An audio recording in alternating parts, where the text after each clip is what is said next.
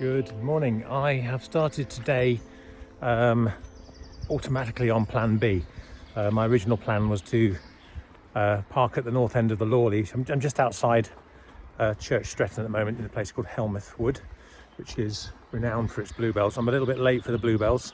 There might be a few patches of flowers still a bit further up the hill, but I'm not really here for that. I'm here for the really fresh greens that you get on oak trees at this time of the year. This remarkable, you see the greenery of the grasses behind me. It's just in kind of really intense colour, probably the same kind of saturations that you get at the other end of the year in autumn.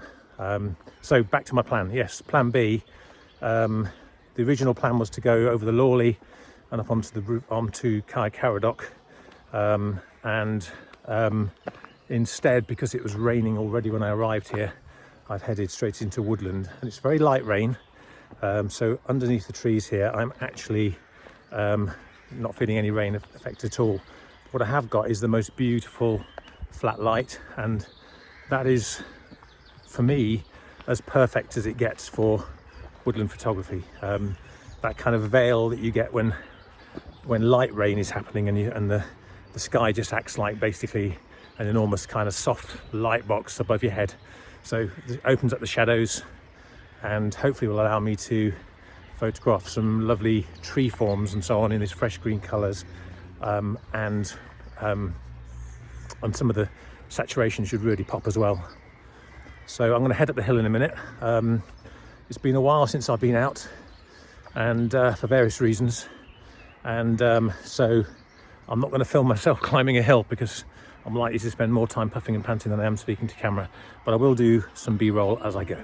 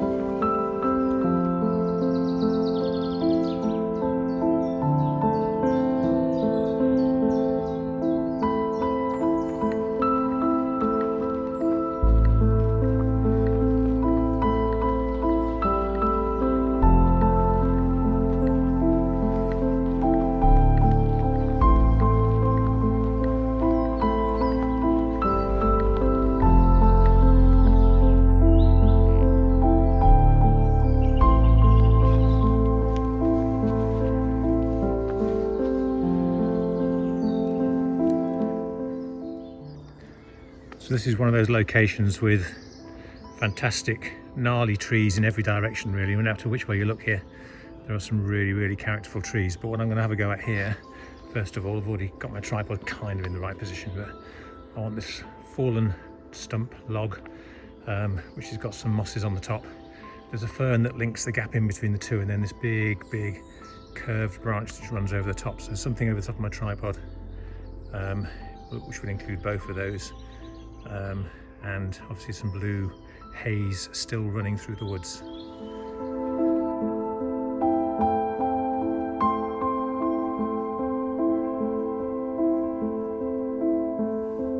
So we're now in mid-May, and the great thing about that for me is while the bluebells have been early this year, which means that normally now you'd have probably a decent carpet still in there, looking a little bit threadbare, which is a shame, but what you have got at this time of the year, and for only a few weeks, is the kind of real architectural impact of fresh, completely unfurled ferns on the forest floor. So they add the same kind of architectural shapes and forms that you can mirror across your scene as the trees themselves. So you've got these arcing kind of open, almost coppiced trees that are multi-trunked, but in the foreground for a lot of those you've got ferns which are kind of behaving in the same way.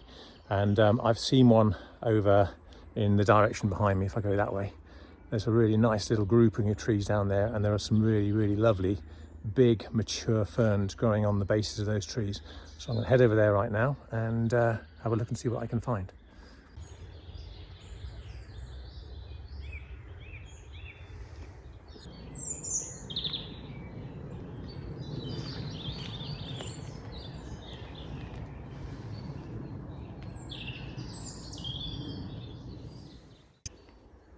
What I found here is quite a nice little composition with, again, a fallen tree and another one going off at another angle in the background. So what I've included is, I'm going to shoot this upright, but basically I've got fern here, and the fronds of that open fern, really fresh green, a few little scattered bluebells, then this line running in covered in moss, which goes out to what looks like one of these kind of woodland course type shelters, but I don't think it is, I think it's natural.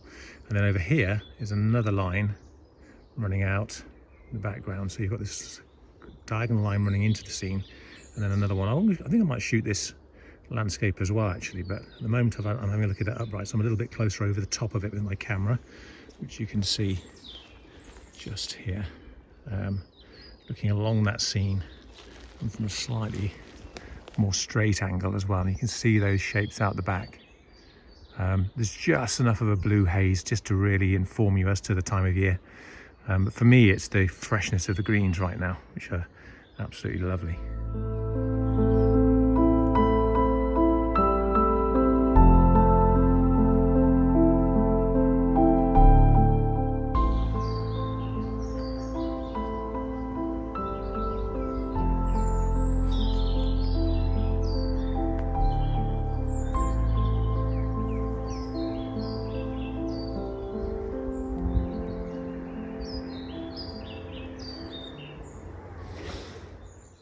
Of course, in woodland like this, there's absolutely no need to be using filters. I think if the sun was out, I would be struggling again. But with this beautiful flat light, and of course I'm under a bit of a canopy now, the oak trees above me are starting to fill out and basically hide the ground from the sky. But there's no need for any filters. And that was actually going to be the purpose or the message actually in this particular episode. I was going to climb the Lawley and Caradoc today and not get my filters out of the bag, so I would have included sky and everything else. I've been an avid user of filters for 25 years, and I wanted to really go out now and have a little go without them, not because I'm intending to move away from using filters, but just to see whether I can achieve the same kind of look that I have enjoyed with filters for the last 25 years, and see if I can recreate that with bracketed exposures. I know that there are lots of people out there who don't use filters at all anymore, and they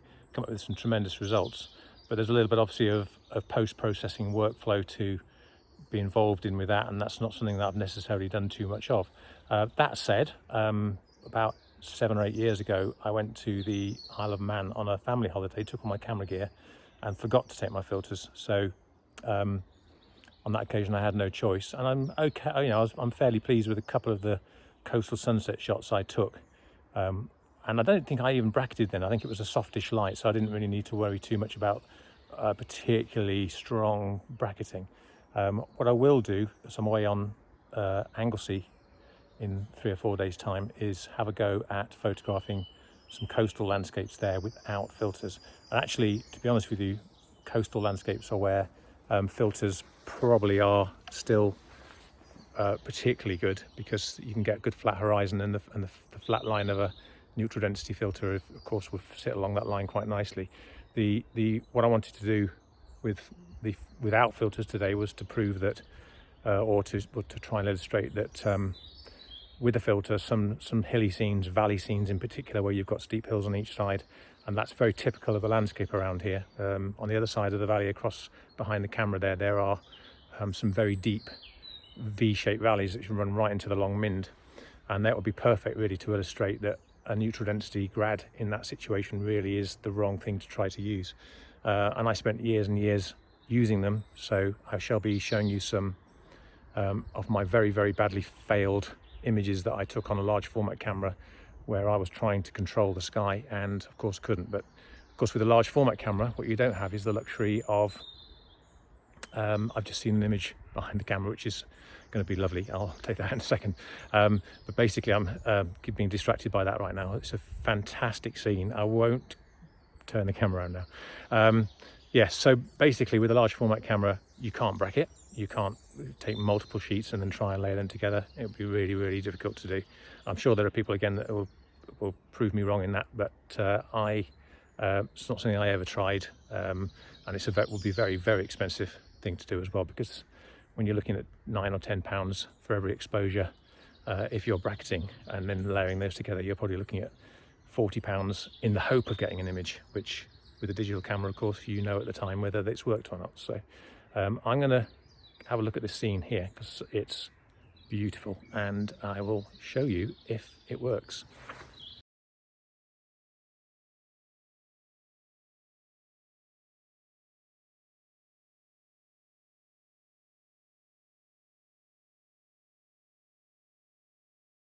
Yeah, so having seen the little image I wanted to shoot, I basically walked down the hill in a dead straight line on the sight line itself, and just tried to keep that sight line in mind as I came down. And basically I've now set up over here shooting down into the tree canopy. Now the oak trees have still got that slightly bronzy orange hue in the leaves, which I really like, because it almost makes them look like they're warmed by sunlight, even though there isn't any.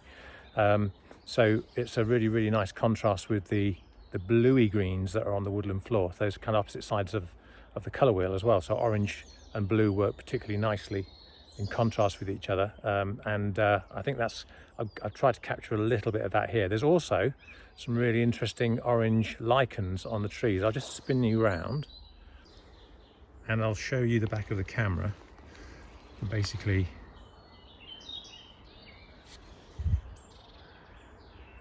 there's the view down there, and you can see on the left hand side the trees there have got a little bit of an orange glow going on, but the whole, because it's the edge of the woodland, the canopy of the leaves beyond is quite strongly lit, and it gives it a really, really good highlight against the darker tree trunks on this side of the trees themselves. So we've got this quite a contrasty scene, and hopefully a little mix of blue versus orange in the scene too. The whole thing down there is absolutely lovely. It's quite a steep downhill slope. It doesn't look it in camera, but it's actually quite a steep downhill slope on the edge of the wood, and carries on in that direction too. Lots and lots of little details to look at here. But I'm going to head up the hill now and beyond the meanders and follow the path along to where it drops very steeply down, and just to see what's happening there. The other side of the wood is a little bit more gnarly and a little bit more battered. Maybe it gets some more weather, so we'll have a look and see what that's like, and then maybe return here at the end of the session.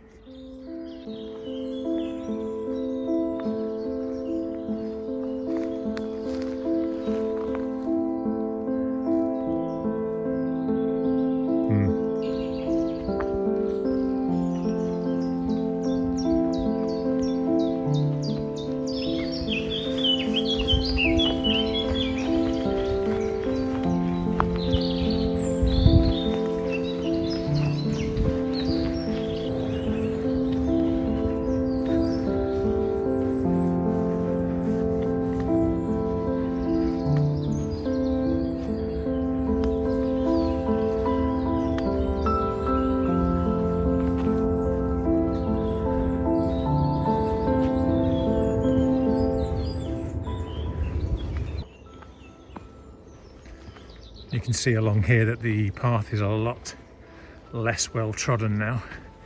It kind of almost just suddenly fizzles out, even though there's not a side path off for another few meters up the way here. Everything's tightened up a little bit, and the trees are coming a bit closer in, and they're looking a little bit more, but maybe a little bit more natural here. Everything's a lot more wild feeling, and in a minute we get to a sudden drop. In the background you can just make it out through the trees is Caradoc itself. It's quite considerably higher than where I am now. I should be taking this path back down here in a moment, but I'm going to carry on along this little ridge top. So it's quite a narrow ridge actually. If this hadn't got any trees on it, you'd get spectacular views and quite an airy kind of feel to it. So along here, the path starts to drop. What I'm hoping is to get, because it gets very, very steep very quickly, I'm kind of hoping that I get to a point where I'm almost up against the canopy. I made an image of these woods from the other side of the valley below me here a couple of autumns ago. Oh, this is nice. And there's absolutely stunning kind of backlit trees in a very, very late autumn colour, so there wasn't a lot of leaf left. And it'd be quite nice to do something the other way. It sounds like maybe a helicopter below me. Anyway, what I'm going to do here is I need to check my footing now, because there's a lot more roots on the path as well. I've just slipped on a couple. Let's just try this. I'm not going to go much further down, but what I want to try to do here is to just get to a point where I've got this really beautiful wild feel to it. It's incredibly steep now, going straight down the hill here. Gosh, that sounds like I'm in the middle of an industrial estate. I know. Incredible.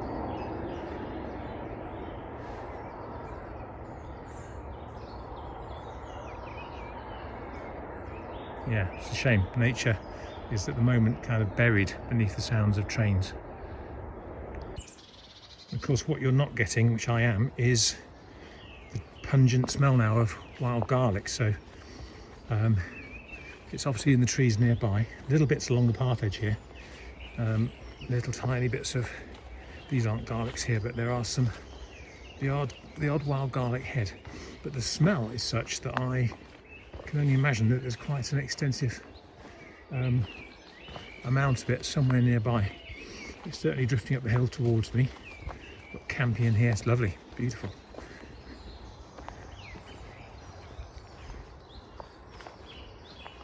This makes quite a nice frame as well.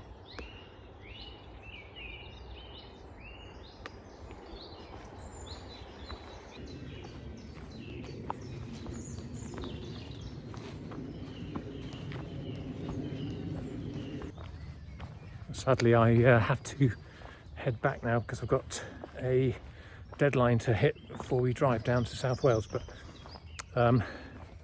yeah, having been around here now, I think I do regret not having come here maybe a fortnight ago.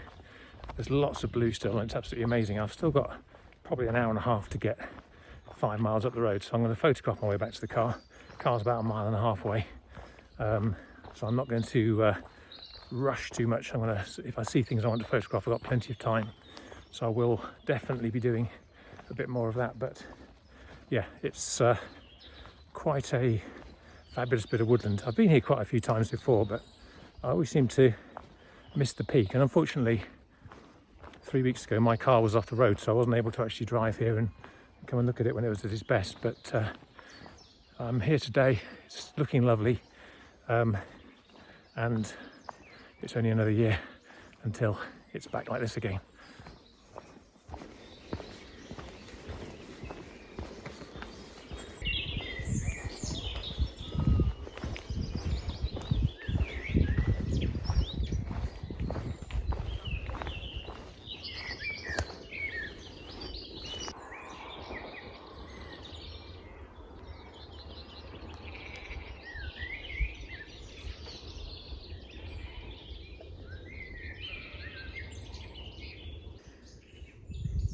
So I think this might well be my last proper kind of wide angle composition of the day.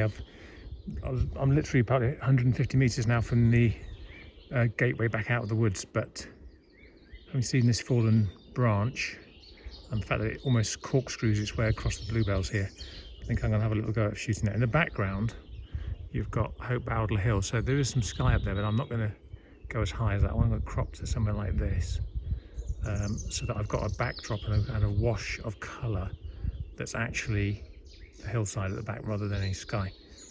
So I will be back in a moment and hopefully show you an image. Okay, I really am going to have to call it a day now. I got yeah, when you get sidetracked, it's half an hour gone, isn't it? That's always the way. But you'll find a composition and go, oh, that's nice, and then before you know it, you've seen 3 or 4 more. So I am still not in a rush, luckily, but I do need now to make getting back to collect Penny, my wife, who's working about 5 or 6 miles up the road.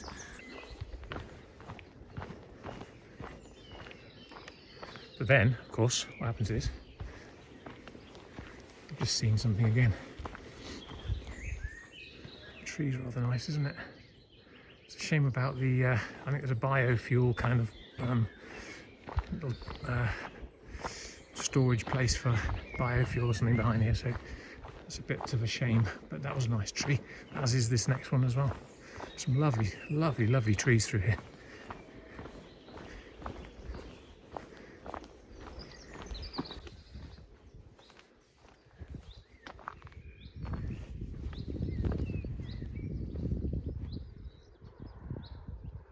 Well, if you've made it this far, thank you very much for watching, and I'll leave you, as I usually do, with a small selection of the images that I made on my walk around Helmeth Woods. Please also, if you can, like and subscribe my channel. It really does help me to grow. Thank you very much.